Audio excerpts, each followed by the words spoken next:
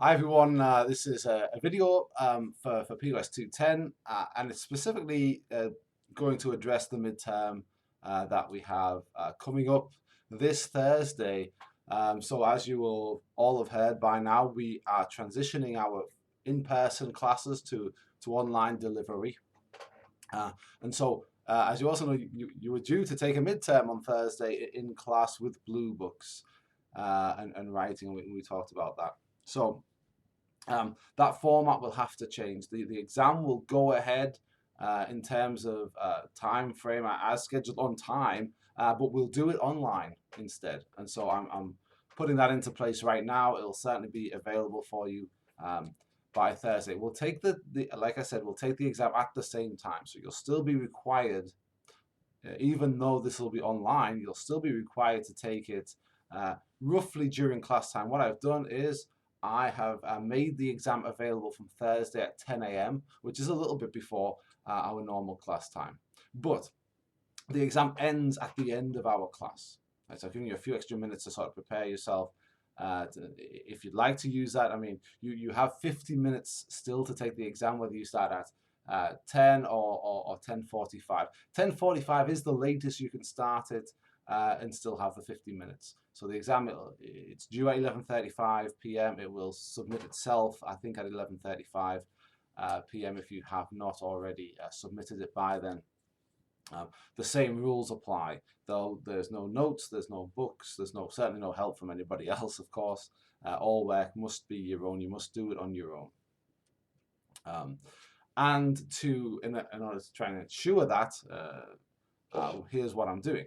We're going to use something called Lockdown Browser in conjunction with Respondus Monitor. Basically what that is the lockdown browser makes it so you can't get out of the exam, you can't use the internet, or you can't go to any other applications for that matter on your computer while you're using it. And it keeps you in the exam for the duration. What Respondus Monitor does, right, which is in my opinion much more useful, is that it will use your webcam and microphone to record what you're doing while you're taking the exam. In fact, what it'll also do is if the camera can't see your face at any time, it will pause the exam. It won't give you any more time when I say pause the exam, but it'll pop up and it'll say, "Hey, I can't see your face. Show me your face," I suppose, right? So it's monitoring you. It will also record. It will record the video and it will have it available. It'll show me sort of thumbnails at sort of random times when I'm grading your thing, so I can, I can see if there's anything suspicious, and certainly if there is, I can. The full video is there for me to sort of review and see what's going on. It'll also be required, as in the original version of the exam, you'll be required to show your ASU ID to the camera.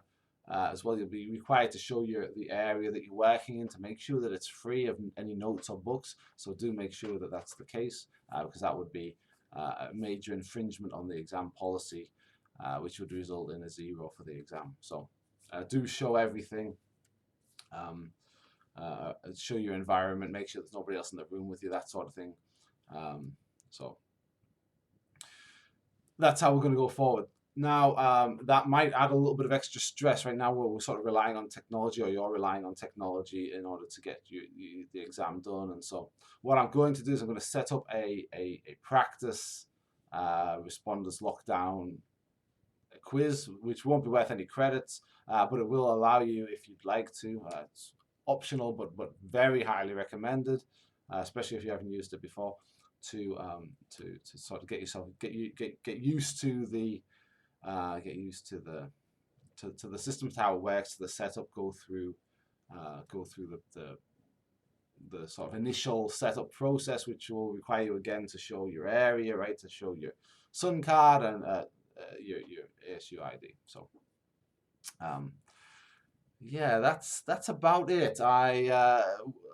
Same rules apply as before, as I've said already. I think no notes, no books, nothing, no outside help at all. Just you and your it'll be 50 minutes still. Let me say, if you have accommodations back from the Disability Resource Centre, the DRC, please do contact me, even if we've already talked this semester, because of the shift in format, because of the shift in platform from in person in the classroom to now taking this online. I want to make sure that I have all of your accommodations in place. So please do contact me to make sure that we can. We obviously still will give the accommodations, right? But I might have to. There's extra things that I might have to do to make that happen for you.